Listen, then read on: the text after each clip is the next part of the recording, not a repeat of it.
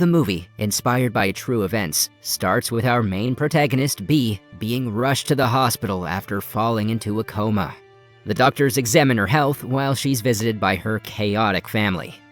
B, still comatose, decides to go back to the beginning of her story to explain how she ended up at the hospital. B's parents, Sharon and Derek, have intellectual disabilities. Derek's mental development halted at the age of 12 due to a drunk driving accident, and Sharon's brain did not fully develop, leading to the belief that she couldn't live independently. Despite these challenges, Sharon and Derek fell in love at first sight and eventually got married. Their parents were initially uncertain about their union, but reluctantly approved of it. Derek's mom, Loretta, wants Sharon to get sterilized because they believe the new couple is unable to raise a child. Sharon's mom, Peg, protests the idea, but her husband, Earl, who is Sharon's dad, doesn't want to take care of yet another child. They've been raising their intellectually disabled daughter like a child for 21 years. They decide not to take any steps for now because they believe the newlyweds are uninterested in anything romantic. Shortly after their marriage, B was born, which further increased the pressure on Sharon's parents, who were providing a home for the couple. B is named after her mother, Sharon's favorite cartoon character, Bambi. In the beginning, Sharon's parents, Peg and Earl, help take care of young B. As time passes by, Earl becomes tired of becoming the only breadwinner of the family, so he suggests Derek move out with his family. Peg wants Sharon and Derek to stay with them, as she doesn't trust them to take care of the baby or themselves. But Derek decides that they must move out and live as a family, which they do. Soon after, Derek and Sharon move to Nevada and initially live in a van before eventually buying a house. Fast forwarding to the present, a social worker named Mary arrives at the hospital to investigate the circumstances leading to B's coma. She engages in conversations with B's family members. Continuing with the flashback, B's childhood was initially filled with joy and fun, as Sharon and Derek worked hard to provide for her. However, when B turned 10, her parents began to place more responsibilities on her. Even Derek went so far as to teach her how to drive at a very young age, just in case he was unable to do so. In exchange for learning this skill, he promised B anything she wanted, which eventually led her to get a dog she named Godzilla. According to B, they enjoyed a happy life in a trailer park initially, and later in their new home. Nevertheless, from a very young age, B had to shoulder more than her fair share of responsibilities. This included taking care of the dog, looking after herself, and even caring for her mother. During one of the driving lessons, B mentions to her father how her classmates were calling them retarded. Derek is understandably sad at his daughter having to face that and the unjust judgment of the world towards them. But he assures her that they are just special. One day, Sharon accidentally leaves the door open, and Godzilla, their dog, escapes. B, determined to retrieve her beloved pet, decides to use her dad's truck to chase after him. As expected, the 10-year-old crashes the truck, and this incident prompts a visit from Child Services. This is the first time she meets Mary, the social worker. During her conversation with Mary, B expresses her inability to take care of Godzilla and her parents simultaneously. Following this incident, B's aunt and uncle, Joy and Ben, contemplate the idea that it might be beneficial for B to spend some time with them. B ends up spending the summer at her Aunt Joy and Uncle Ben's house, which is a disorienting experience for her, as she's not used to someone else taking care of her. When she has a near accident in the swimming pool, her uncle realizes that B needs more parental guidance and support. Joy and Ben decide to take on a more significant role in B's upbringing, mainly focusing on her education. Consequently, B starts going to a private school where she becomes best friends with Nia. She does really well in her studies and even joins the track team for extracurriculars. However, she continues to be a victim of bullying even in high school. B is mostly victimized by Astrid, the belle of the school. One day during lunch, B is approached by a handsome kid, Ethan. He tells her that he saw her drowsing in biology class, so he hands over his notes to her. After Ethan leaves, Nia notes that Ethan might have taken a liking to B. She also shares what she knows of Ethan, that he is a cancer survivor and the son of rich parents. B eventually ends up dating Ethan after connecting with him at a party. She continues to ace at school, but she's constantly having to worry about her parents and whether they can take care of themselves. As B reaches her senior year, her guidance counselor, Mr. Vasquez, persistently encourages her to apply to college. According to him, she has the necessary grades and extracurricular achievements to attend college, but initially, she only submits applications to a couple of community colleges under pressure. Despite having the potential to earn scholarships or financial aid, B is hesitant to even contemplate leaving her parents. She firmly believes that her parents depend on her for physical, emotional, and financial support, and fears they would not be able to manage without her. Still, Mr. Vasquez asks what she is most interested in. B tells him that she loves astronomy. Without wasting any time, he tells her that she should look into the UCLA's astronomy program, which best suits her interest. Later, after finding an old hat her uncle gave her, B realizes she wants to attend UCLA and decides to initiate the college application. As B starts spending more time with Ethan and agrees to go to prom, it puts a strain on her friendship with Nia.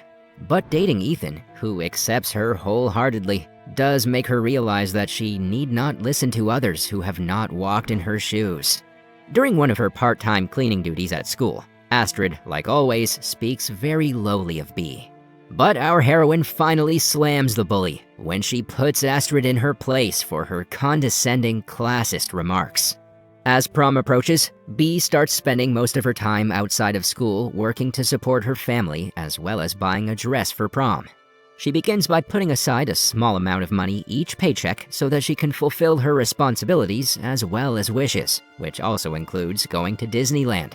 After having enough savings, she shops for a dress with Nia. Nia seems to be pretty mad at B for spending less time with her nowadays. The two girls eventually get into a fight, causing Nia to leave B alone at the store. Meanwhile, Sharon, unaccompanied by anyone, goes to the grocery store because she craves her favorite sweet. Just then, some kids convince her to buy them beer. Sadly, Sharon gets arrested, and they also arrest Derek when he causes a scene with the police.